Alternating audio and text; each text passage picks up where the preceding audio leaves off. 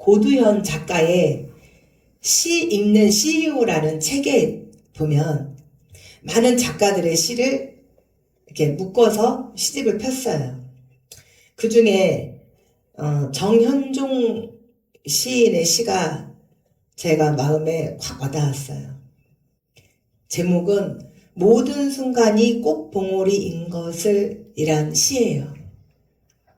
한번 들어보세요. 나는 가끔 후회한다.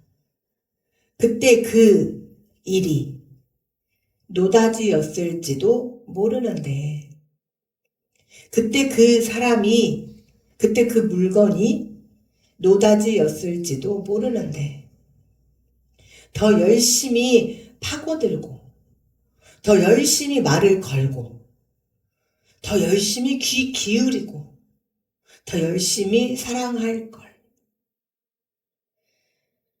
밤벙어리처럼, 귀머거리처럼 보내진 않았는가? 우두커니 더 열심히 그 순간을 사랑할 것을, 모든 순간이 다 꽃봉오리인 것을, 내 열심에 따라 피어날 꽃봉오리인 것을. 사랑하는 주일반교 성도 여러분, 사람이 인생을 살아가면서 후회를 하지 않고 산다는 것은 있을 수가 없는 일이에요. 5.18 광주 민주화 운동을 소재로 쓴 소설로 인해서 노벨 문학상을 받은 한강 작가의 소년이 온다 그 책에 보면 동호라는 중학생의 화자입니다. 그때 이 동호라는 중학생 소년이 광주 도청에 사람이 많이 죽어 있는데 자기 집에 새를 들고 살고 있었던 친구가, 둘이 엄청 친했는데 이 친구도 거기 죽어 있다는 소리를 들어요. 그래서 이제 그 친구를 찾으러 그 광주 도청을 갑니다. 근데 결국 그 광주 도청에서 이 동호마저도 죽음을 맞이하게 되지요. 자신의 아들을 잃은 어머니의 그 한 맺힌 그 후회와 그 한이 이제 이렇게 또 후회를 합니다. 내가 저 방을 새놓지 않았더라면, 그 방을 새놓지 않았다면 그 친구가 올 리 없고 그럼 내 아들 죽을 리 없다라는 거죠. 저 역시도 그 5.18 광주 민주화 운동이 일어났을 때 광주 옆에 목포에 살았어요. 광주와 1시간 거리에 근접거리에 있는 그 목포에서도 광주와 똑같은 일이 일어났습니다. 그때의 산 증인이기도 하지요. 요즘에 이걸 가지고 역사 왜곡이다, 아니요. 경험한 초등학교 6학년이었습니다. 제가 초등학교 6학년에 비춰진 5.18 광주 민주화 운동의 산 증인으로 역사 왜곡 없습니다. 더 했으면 더 했지 덜 하지 않았습니다. 역사 왜곡이라고 하는 사람들은 뭔가 찔리는 게 있겠지요. 자신들이 찔리는 게 있기 때문에 감추려고 역사 왜곡이라고 둘러쓰이는 것이지만 진실은 밝혀지는 것입니다. 지금 제 책상 위에는 이 소년이 온다와 짝을 이루는 한강 작가의 작별하지 않는다가 있는데 읽다가 가슴이 너무 아파서 도저히 읽어내릴 수가 없더라고요. 그래서 덮어두었습니다. 저 역시도 여러 가지 우리 개인적인 사정으로 인해서, 여러 가지 개인적인 것으로 우리 부모님이 목포로 이사가지만 않았더라면 하는 그런 후회를 굉장히 심하게 하고 있는 사람 중에 한 명이에요. 이처럼 많은 사람들은 그때 그렇게 했으면 좋았을 것을, 그때 말씀을 더 많이 읽었으면 좋았을 것을, 그때 예배를 내가 더 잘 드렸으면 좋았을 것을, 더 열심히 전도했으면 좋았을 것을, 그때 그 사람을 내가 전도했더라면 그 사람이 그렇게 되지 않았을 것을, 우리는 얼마나 많은 후회를 하면서 어쩌면 모든 사람들은 매 순간순간마다 자신의 만족하지 못했던 그 결과에 대한 후회를 아마도 조금씩은 하고 있을 겁니다. 그러나 후회할 만한 일들을 미연에 방지하여서 후회할 일을 최소한으로만 만들지 않는다면 좋지 않을까요? 그러나 모든 삶에 후회를 미연에 방지할 수는 없지만 우리 삶의 가장 중요한 부분을 차지하는 하나님의 그 영적인 믿음 생활에 대한 후회를 미연에 방지할 수 있는 꿀팁을 오늘 하나님은 성경의 말씀을 통해서 우리에게 알려주고 계셔요.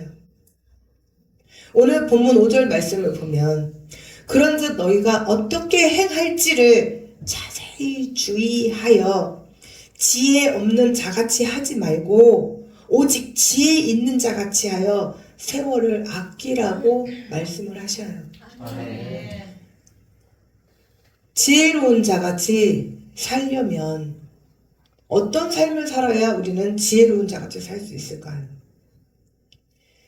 지혜로운 사람처럼 지혜로운 자를 살기 위해서는 우리가 먼저 하나님의 기쁨이 되는 삶을 살아야 돼요. 아멘. 주님의 기쁨이 되는 삶은 또 하나님의 중심의 삶이 주님의 기쁨이 되는 삶이 돼요. 아멘. 하나님 중심의 삶을 살기 위해서는 지금까지 나 중심의 삶, 이 모든 삶을 하나님 중심으로 모든 초점을 맞추는 새로운 생활로 이제 맞춰가야 합니다. 아멘. 먼저 이를 위해서 바울 사도께서 뭐라고 말씀하셨냐면 이 약한 세상에서 세월을 아껴라. 세월을 아끼라는 말을 좀 더 밀착을 시켜보면 시간을 아껴라. 우리는 살아오면서 시간을 아끼라는 말을 참 숱하게 많이 듣고 살아왔어요. 어떻게 시간을 아껴야 할까요? 우린 입에다 늘 시간이 없다는 말을 달고 살아요. 시간 없어. 바빠. 그런데 이 시간을 헛되이 소비하지 말라는 거예요. 우리가 이 땅에 존재하는 이유, 그 하나는 하나님의 영광을 위하여예요. 내가 잘 먹고 잘 살기 위하가 아니라, 그리고 또 하나는 하나님의 복음을 증거하기 위해서예요. 아멘. 그런데 하나님과는 전혀 상관없는 일에 시간을 헛되이 쓰지 말라는 거예요. 세월을 아끼라는 말은. 그리고 이제 바울 사도께서 그 시간을 아끼는 것 중에 하나로 꼭 집어서 술에 취하지 말라고 말씀을 하셔요. 왜냐하면 술이 우리에게 미치는 해악이 너무 크기 때문이에요. 세상 범죄의 90%가 술에 연관되어 있어요. 교회에서 이렇게 말씀을 전하면 죽어도 술을 못 끊겠고 술 먹고 싶어서 못 견디는 사람은 이렇게 반박을 하죠. 술도 음식이에요. 독일 같은 데는 맥주가 음료라고 반박을 해요.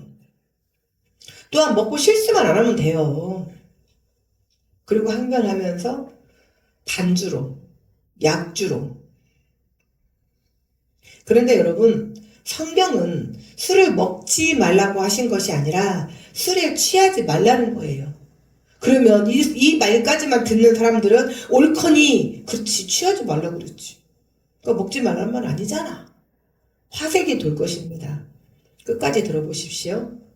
바울은 디모데전서 5장 23절 말씀에 그리스도 안에서 복음으로 낳은 아들 디모데에게 그의 허약해진 건강을 위해서 이렇게 말을 합니다. 물만 마시지 말고 이제는 포도주도 좀 마셔라. 이들이 마시는 포도주는 우리나라 알코올이 들어간 그런 포도주가 아니라 우리가 성찬식 때 쓰는 순수 포도즙으로만 만든 포도 엑기스입니다. 이렇게 사도 바울이 때로는 약으로도 쓰라고 권고하면서 술 취하지 말라는 말씀이 강조하고 싶은 것은 술로 인한 방탕함, 또 그것으로 인한 시간을 헛되이 보내는 것을 말씀하시는 것이죠. 방탕이라는 말을 헬라어로 이소티아라고 하는데 저축하지 않는 것, 낭비 이런 뜻이에요. 술을 먹게 되면 술에 취해 있는 그 시간이 몽롱하고 기분이 좋고 시름을 잊게 하고 그리고 사람의 기분을 좋게 할지는 모르지만 실제로는 금쪽 같은 시간을 허비할 뿐이에요. 또한 우리나라 질병관리청에 의하면 절주보다는 금주를 해야 한다고 지금 주장이 힘이 얻고 있어요. 국제암연구소에 의하면 술은 1군 발암 요인이라는 연구 결과가 나왔어요. 그래서 하루에 한두 잔의 소량의 음주만으로도 구강암, 인후암, 후두암, 식도암, 유방암, 간암, 대장암, 직장암, 또 간경화, 간경병, 알 수 없는 이런 것들이 매우 증가한다고 합니다. 그러므로 술에 취해 있는 시간은 행복한 시간이 아니라 자기 자신의 건강을 망치는 행위이고 시간을 깎아먹는 행위예요. 또한 우리 몸은 성령이 거하시는 성령의 전인데 성령의 전에 술을 들어볼 수는 없는 것이죠. 이뿐만이 아니라 말씀을 읽는 시간을 방해하는 유튜브. 요즘 유튜브 알고리즘 기가 막히게 돼 있죠. 한 번 보고 나면 그 다음부터는 유튜브가 알아서 찾아줘요. 너 이거 관심 많지? 너 이거 좋아하잖아? 그래서 하고 또 쳐다보고 하고 쳐다보고 계속 따라가다 보면 1시간, 2시간, 3시간, 4시간, 5시간, 6시간 때로는 그것으로 날을 새기도 합니다. 목사님 어떻게 잘하세요? 양심선언합니다. 유경험자.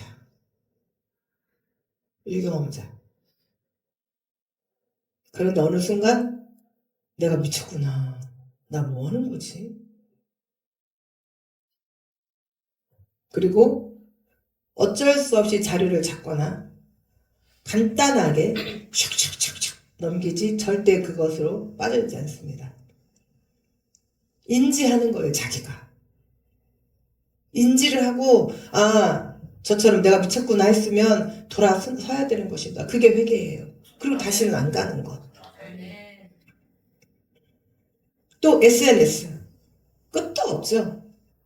심지어 어떤 분은 카톡으로 몇 시간을 하는 분도 봤어요. 더 나아가 여러분들의 치명적인 게임. 게임으로 하다 보면 잠깐만 하고 말아야지. 3시간, 4시간. 나중에 그것으로 날을 새고. 심지어 교회 예배 드리러 오는 것조차 방해하는 온갖 사적 모임. 이러한 모든 것들은 우리의 시간을 헛되이 소모시킴으로 이러한 시간을 아끼라는 거예요. 따라서 우리가 이러한 일들로 인해서 시간을 헛되이 소모시키지 않으려면 성령의 충만함을 받아야 내가 정신을 차릴 수가 있어요. 빨리. 어느 순간 내가 뭐 하는 거지? 성령의 충만함을 받으면 그리고 잠깐 빠질 수 있어요. 저처럼. 그런데 다시 얼른 정신을 차리고 회복할 수가 있어요. 아멘. 그래서 제가 요즘에 선택한 것은 성경을 계속 듣는 거예요. 제가 지금 고린도전서를 몇 번을 듣고 읽었나를 모르겠어요. 고린도후서를 몇 번을 읽고 들었는가를 모르겠어요. 다른 생각이 안 나요. 그러면 우리가 성령의 충만함을 받아야 하고 또 성령에 충만해지면 술 취함이나 다른 곳에서 얻는 기쁨, 또 스트레스 해소, 이런 정신적인 건강을 유지, 건강으로 인한 환희의 기쁨 등을 성령 충만할 때 얻을 수 있어요. 초대교회 성도들을 보면 성령 충만으로 인한 기쁨이 얼마나 컸는지 우리 성경을 통해서 우리는 확인할 수가 있죠. 사도행전 2장 46, 47절 말씀을 보면 날마다 마음을 같이 하여 성전에 모이기를 힘쓰고 집에서 떡을 떼며 기쁨과 순전한 마음으로 음식을 먹고 같이 먹는다는 거예요. 하나님을 찬미하며 하나님 찬양하고 또 온 백성에게 하나님의 말씀을 순종하고 그 말씀을 그대로 행하는 삶을 사니 무백성 하나님 믿지 않는 자들에게 칭함을 받는데요. 그래서 저번 주에 말씀 전할 때 들었어요. 수리 안디옥이 그리스도인이 처음에는 에이 저 예수쟁이, 에이 예수쟁이들 그랬는데 나중에는 그들을 존귀하게 부르는 데에 그리스도인이라고. 그래서 오늘날 그리스도인이 된 것입니다. 칭송을 받아요. 칭송을. 주께서 또 구원받는 사람을 날마다 더하게 하신대요. 이처럼 성령을 받으면, 성령의 충만을 받으면 나만 기쁘고 끝나는 것이 아니라 하나님께서 기뻐하시는 삶이 저절로 이루어져요.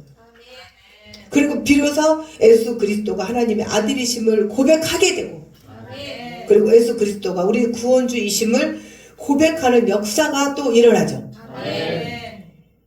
그리고 이 일로 인하여서 우리는 하나님의 구원의 백성이 되는 영광을 얻게 됩니다.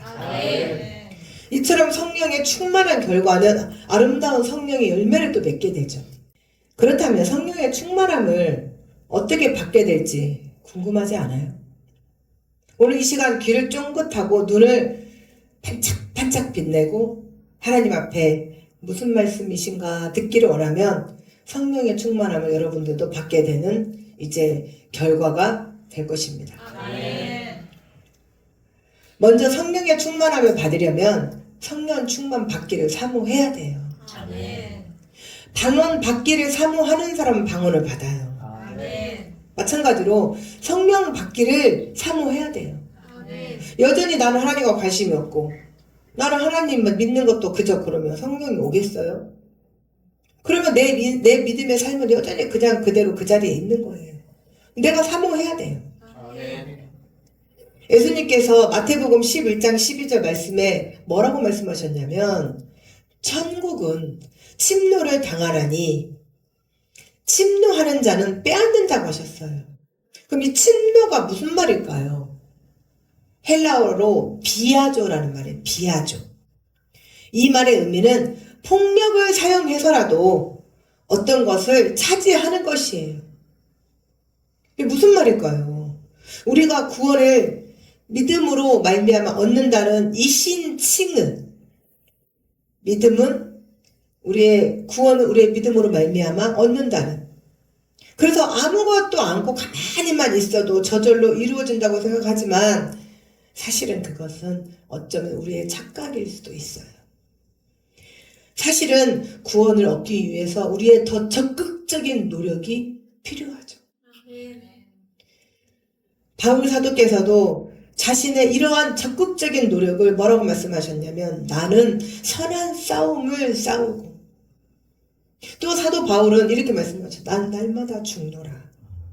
나의 욕망, 나의 이기적인 욕심, 내 개인적으로 내가 즐기고 싶은 거, 내가 하고 싶은 거, 조금 전에 말씀드렸던 그 모든 것들, 술, 게임, 유튜브, SNS, 또 사적 모임, 이런 모든 것들을 내가 이겨내기 위해서 날마다 나를 쳐 복종케 하고, 그리고 선한 싸움을 싸운다는 거예요. 그리고 이제 우리의 마지막 달려갈 길을 마치고 믿음을 지키라고. 그래서 자신은 이렇게 말씀하십니다. 디모데후서 4장 7절 말씀에 나는 선한 싸움을 싸우고 나의 달려갈 길을 마치고 믿음을 지켰으니. 사랑하는 주일학교 성도 여러분, 주님께서 여러분 한 사람 한 사람 오라 하시는 그날 이렇게 고백하시기를 축원합니다.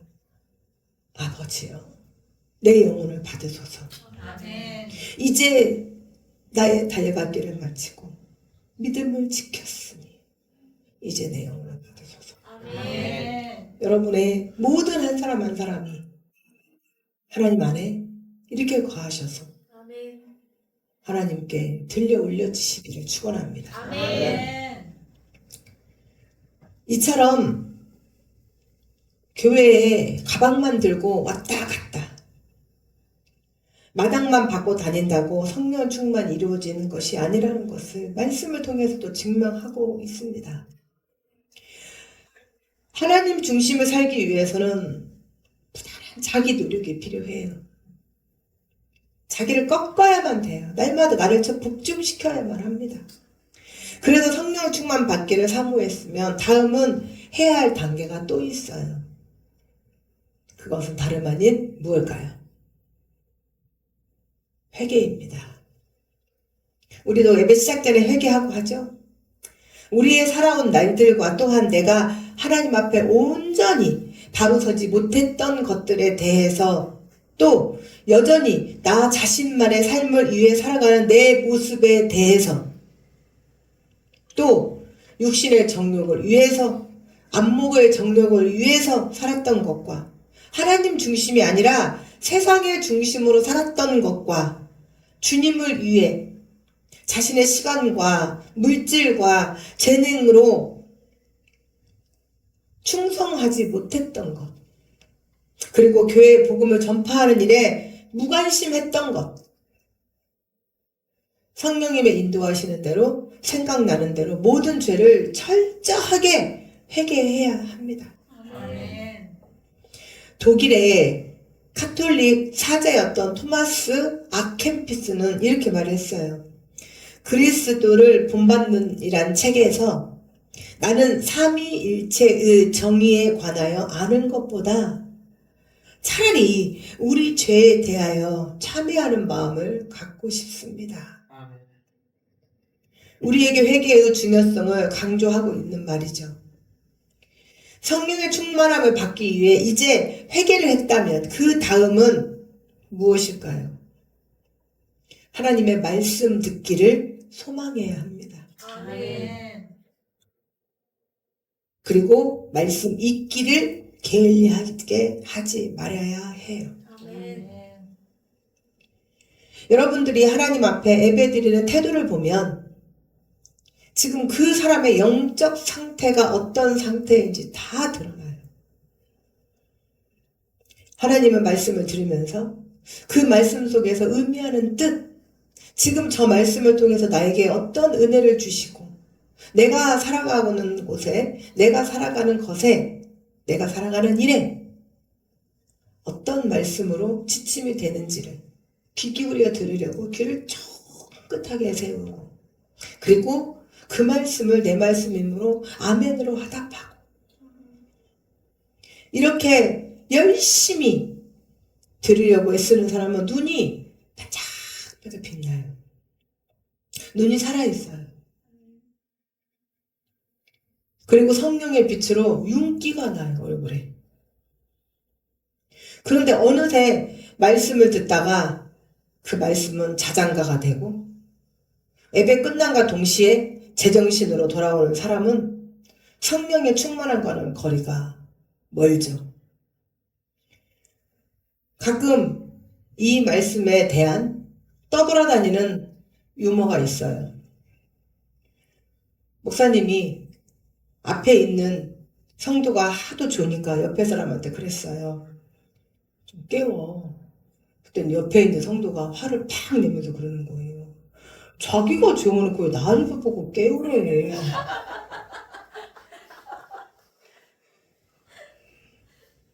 피곤하다고요.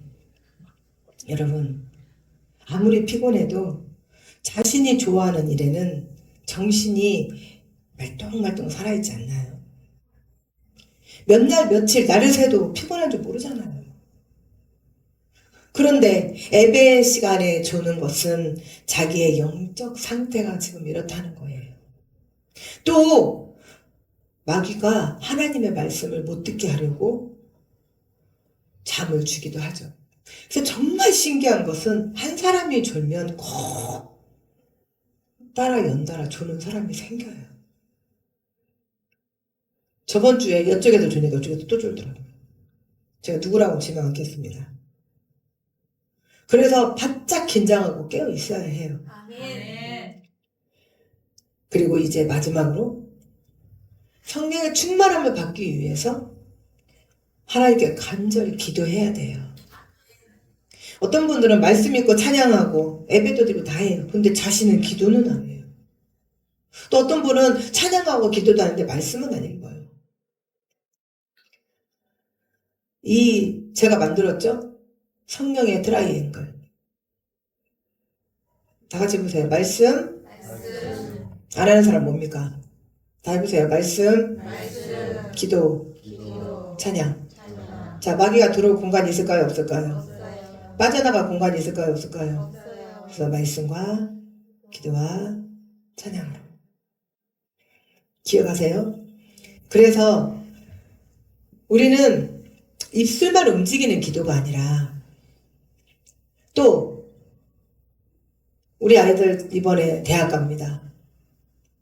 좋은 대학 붙게 해주세요. 또 우리 남편 이번에 승진해야 합니다. 저 이번에 취직해야 합니다. 이번에 뭐 아파트 청약 넣습니다. 당첨되게 해주셔서 뭐 해주세요. 이런 자신의 욕망을 위한 기도가 아니라 주님의 나라와 의를 구하는 기도. 그럼 주님의 나라와 의를 구하는 기도가 뭘까요? 어렵게 생각할 필요 없어요. 주님은 이 땅에 땅 끝까지 주님의 복음이 증거되기를 원하시는 거예요. 아멘. 그래서 궁극적으로 하나님의 나라가 이루어지는 것. 그래서 우리는 먼저 택함을 받고 우리를 통해서 이제 복음이 땅끝까지 전하기 위해 맡은 사명을 다 감당하게 해달라고 도와달라고 이게 바로 주님의 나라와 그 의를 위하는 기도입니다. 아멘. 그래서 하나님의 나라가 확장되는 곳에 내가 바로 그 통로가 되게 해달라고.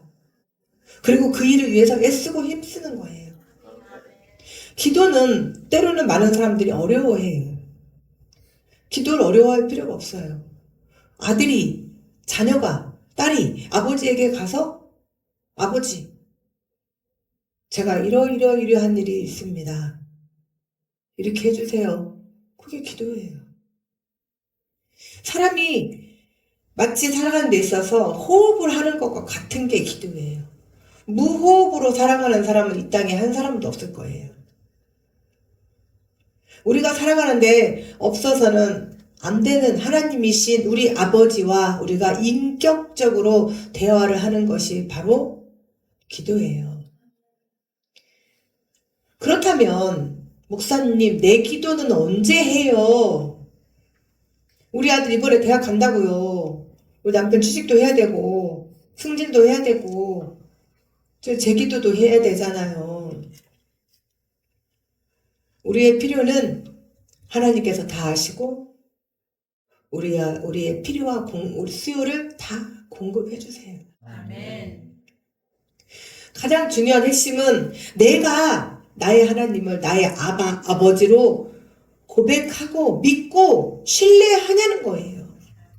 내가 믿고 신뢰하고 방금 좀 전에 말씀드렸던 모든 일을 지키면서 나아간다면 내가 그냥 생각하고 있는 것만으로도 하나님은 다 아셔요. 그냥 허투루 하는 말로도 하나님이 아셔요. 지금 저희 아파트 난리 났네요. 하나님 마트 한 개만 주세요. 그랬더니 대형마트 2개가 지금 들어오고 있네요. 그걸 제가 기도했겠어요? 그냥 말로 했어요. 경상도 사투리 씨 부리듯이. 씨 부린다는 말이 무슨 말인지 아세요? 경상도 사투리? 경상도 사람들이 그러잖아요. 씨 부리 싼 놈. 쓸데없이 그냥 주저리 말하는 거. 그냥 그렇게 말했어요. 뭐 제가 그걸 하나님 이 땅을 창조하신 아버지여 우리 집 앞에 마트 2개만 하나만 허락하소서 그렇게 했겠냐고요. 그냥 지나가는 말로 하나님 참 불편합니다. 어떻게 아파트에 마트 하나가 없습니까? 그랬더니 하나님께서 2개나 그것도 대형 마트로 하나는 24시간이랍니다. 그래서 이처럼 우리가 하나님을 믿고 신뢰한다면 우리의 필요는 다 공급해 주세요. 아멘. 생각만 해도 다 해주세요. 아멘. 또 우리는 성도들을 위해서, 서로 성도들을 위해서 도고 기도를 하지요. 그래서 우리는 제가 그랬잖아요. 기도가 필요하면은 기도함에다가 기도를 넣으시라고. 또는 직접 말씀해 주시라고. 그러면 저녁마다 한 사람 한 사람 이름 불러가면서 기도합니다. 이렇게 성령의 충만함을 입을 때 하나님을 향한 시와 또 찬송과 신령한 노래들로 서로 화답하고, 그리고 성도들이 마음으로 주께 노래하고 또 찬송하면서 우리의 삶 가운데 늘 우리 주 예수 그리스도의 이름으로 항상 아버지 하나님께 감사하는 마음으로 살아갈 때 우리는 하나님의 마음을 시원케 해드리는, 또 하나님의 기쁨이 드리는 삶이 됩니다. 아멘. 자, 옆에 분들에게 그렇게 살아가십시오 하고 권면해 주세요. 그렇게 살아가십시오. 옆에 분들에게 눈을 바라보시면서 그렇게 살아가십시오. 하나님의 마음을 시원케 해드리고 기쁨을 드리는 삶이 되시는 여러분들 되시기를 다시 한번 축원합니다. 아멘. 사랑하는 주일학교 성도 여러분, 여러분은 하나님의 기쁨이 되는 삶을 살기 위해 또 그리스도를 경외함으로 말씀에 순종하면서 또 하나님의 뜻을 헤아리는 삶을 살아가기를, 그리고 하나님께 영광과 또 하나님의 모든